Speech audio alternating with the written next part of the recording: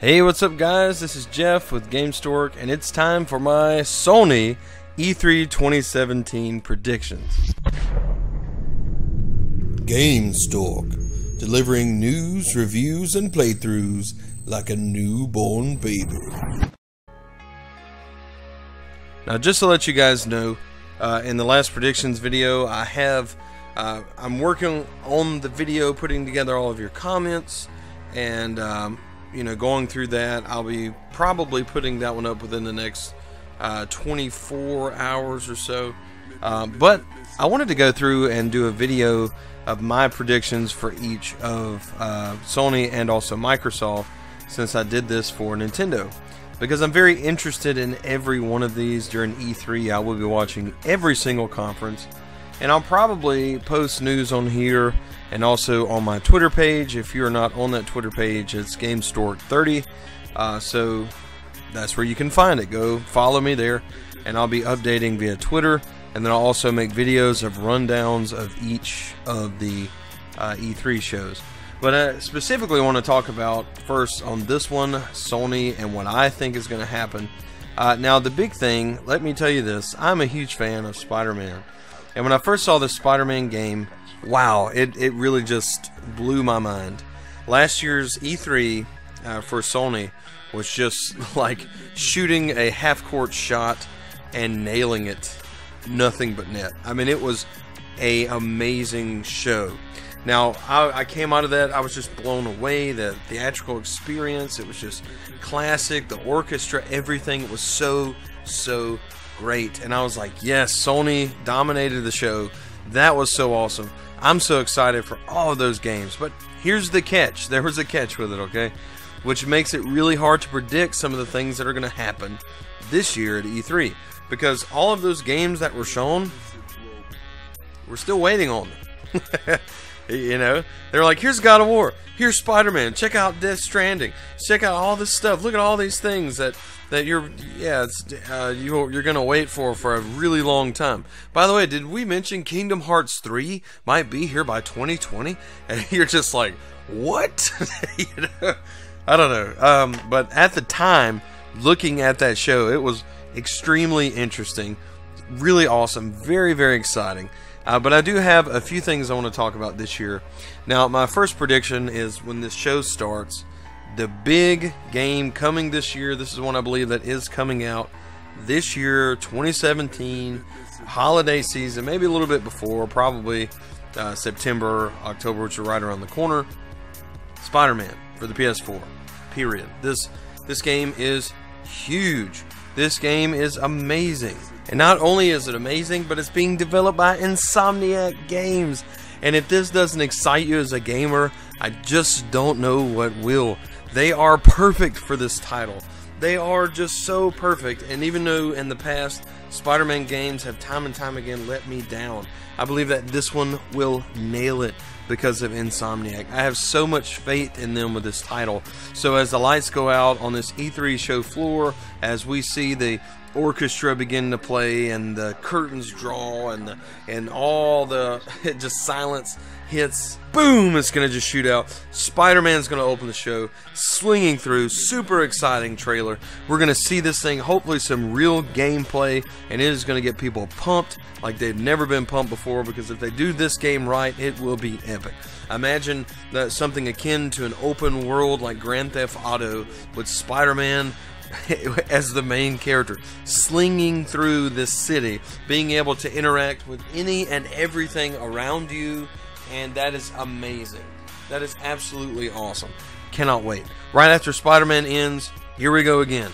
God of War comes right back. We're going to see more of it. I believe that God of War is not going to come till 2018, though. I think that this is a game for next year, but they're going to show us more gameplay, and they're going to show us just more overall about the game, maybe more about the plot, get us deeper involved in the character, maybe a boss battle or something out of there. Now, here's the thing about this, though. Sony's E3, they're riding the fence this year, and we've been talking about Microsoft and how Microsoft's got the most to prove, and Nintendo has all these secrets, and they need to, really push their new system and show how dedicated they are to it. But Sony is right on the fence in that if they just show everything they showed last year, people are going to be like, oh, we saw this last year. And then if they show new things and don't show enough of what they showed last year, showing those things are really coming, then fans will be turned off that way too. So you have to be extremely careful, and as Sony needs to hit the perfect balance. Now I will say this, Death Stranding is like, you know, the biggest thing ever. It makes no sense. It's absolutely wacko bonkers, but anything Kojima touches turns into gold. You know, this guy, he's like the person that just turns anything into gold that he touches or that he creates. So you can have faith in this game. However, I don't think it's going to be at E3 this year in any capacity. We already know from them saying that Kojima Productions officially will not be at E3. Kojima himself, I'm sure, will be there. Now, another game I believe is going to come is Bloodborne 2. Bloodborne was a huge hit. A lot of people like this. There are people out there who claim that they enjoyed Bloodborne even more than Dark Souls. Now that's a big statement, but this thing has a fan following. It would be just a wonderful thing to announce. The thing about it, though, is from what From Software is working on, or what they've hinted that they're working on, I don't think that they're developing this game. I don't know what this means for the game, but it does have a good engine already. It's got a good layout already, and whoever or whatever development team works on this, I believe is they're just going to continue with what was successful in the very beginning. But yes, I think definitely Spider-Man will rule the show. I think Rocksteady's new game will be shown in this show. I don't even have a hint as to what that could be. But we know that this thing's all about titles, and Rocksteady's working on something, and I believe we're really going to see what that is. Now, as far as another big game, Uncharted is coming out this year, The Lost Legacy. I don't know how much time they're going to spend on this. It's one that people may not necessarily want to see as much as other titles, but it's also one that they want to sell, and it's coming out right around the corner, and it's first party. They want to make some money off of it, so you know what? They're going to really pour into this during the show. They're going to show us a lot of Uncharted The Lost Legacy, and hopefully get people interested in purchasing this game. Now, I know a lot of people already are. I'm going into it kind of hesitant for some reason. I don't really understand that. I'm a huge fan of the Uncharted series. I bought every game, and I've really enjoyed every game. But it's just interesting. It's an interesting take on it, and I'm going to have to wait and see. Now, as far as VR, just to mention this, I believe that they are going to pour into VR, and they just announced, I guess technically it's officially from them, that they've sold 1 million VR units, which doesn't seem like a big deal, but for a console peripheral, it is. It's an extremely big deal, and the only reason that only 1 million sold at this point is because, that's all they've been able to manufacture. So this is one of those things they're going to sell more, but I honestly believe that if the VR is going to survive, right now we have a lot of the same game. We have just these games where you do exactly the same actions in exactly the same way, and they're just painted differently. And this is their opportunity to get up on stage, and I get it, it's hard to market VR, and until you put it, it's kind of like the Nintendo Switch. If you don't have one and you don't pick it up and take it with you and look at how beautiful that screen is and feel and really understand the functionality, you just don't get it. And you get sold when you pick up the system and you hold it and you see it and you feel it. Well, the PlayStation VR is the same way. You can look at somebody wearing that stupid headset all day, right? Because it looks stupid from the outside. Inside of it, you're having like the best adventure of your life, and outside, you're really just like holding this ball that's lit up on the end of this big gawky Move controller, kind of lightly smacking it into your cat or something that's standing in front of you. But anyway, if they want to sell this, they've got to release the next wave, the next idea of games. Farpoint did a pretty good job of this with introducing something else in the shooter genre. However, it requires that controller, and I know you guys think it doesn't require that controller, but if you purchase that game, why would you want to play it with a DualShock? Okay, because you either play with that Move controller, the new gun, or you play it with a DualShock. And if you're playing VR, I think it would take away if you just play with a normal controller. So I think that if they are interested in continuing the PlayStation VR, that this is their opportunity to show the next wave of software that's really going to push it through. There are some Japanese titles that are really going to make a big boom here in their show. And these are the ones that I'm most excited about outside of perhaps Spider-Man. The first is Ni no Kuni 2. Now, I know what you guys are thinking. You are like, oh man, but these other games, God of War kicked Ni no Kuni's butt, okay? But stick with me here. Ni no Kuni 1 was an experience that was just amazing. It was out of this world. It was artistic. It was memorable. And it's something that you would never confuse for anything else for the rest of your life. And it's just one of those games that is an experience that you have to tell people about. Ni no Kuni 2, I know that they've changed it up a bit, but this game could really sell well, it could really do well. And I don't know if you guys have noticed, but Japan is making their way back to the top of the gaming market. And Nier Automata just broke 1.5 million in sales, which is awesome. That's an amazing game. Also, I expect more on the Final Fantasy VII Remake at this show and Kingdom Hearts 3, but here's the thing. They're just going to be trailers because we were recently just told that these things might not even come before 2020. That's right, 2020. Does that mean that we'll be playing Kingdom Hearts 3 on the next generation of PlayStation? I don't know. I have no idea at this point.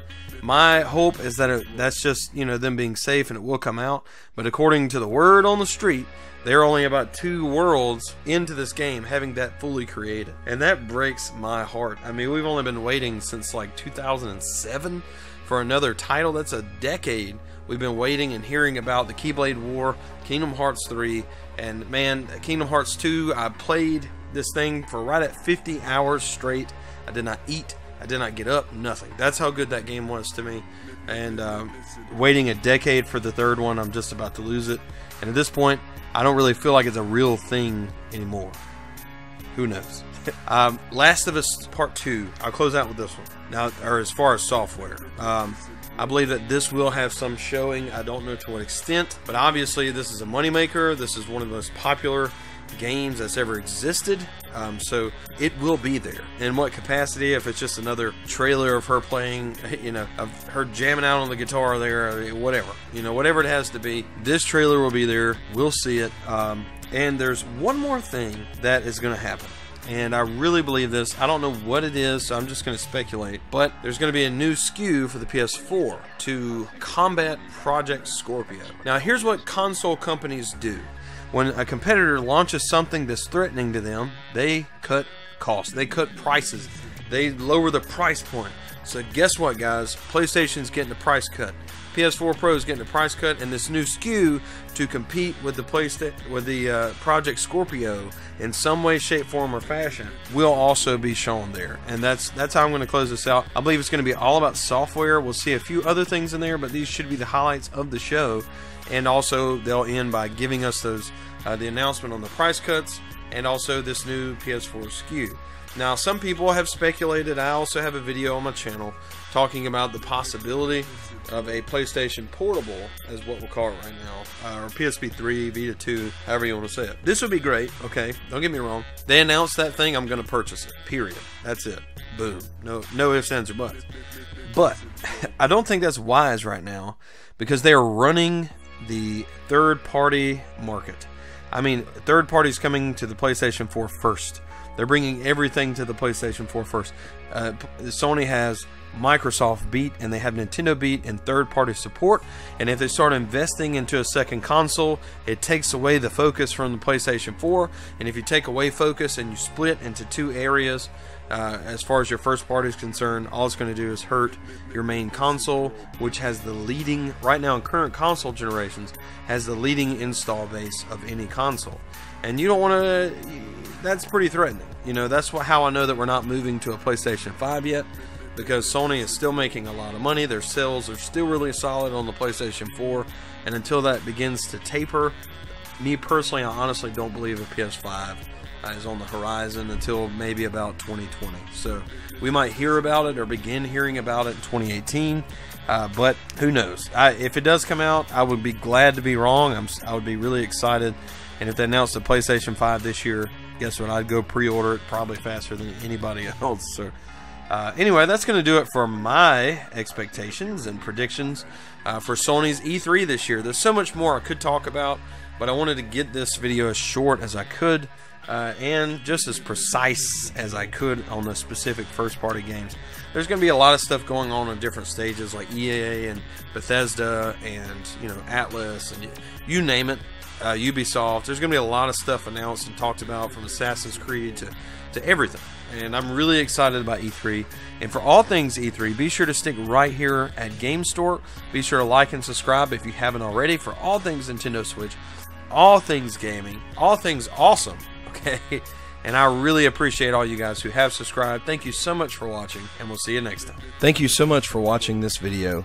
If you would like to help to improve the quality of content on this channel and also help to make content come out faster, please go to this link at gofundme.com/Gamestork to help me replace the equipment needed in order to make this channel better. Again, thank you so much for watching. I appreciate you. And if nothing else, just be sure to watch, like, and subscribe. Thanks again. Bye.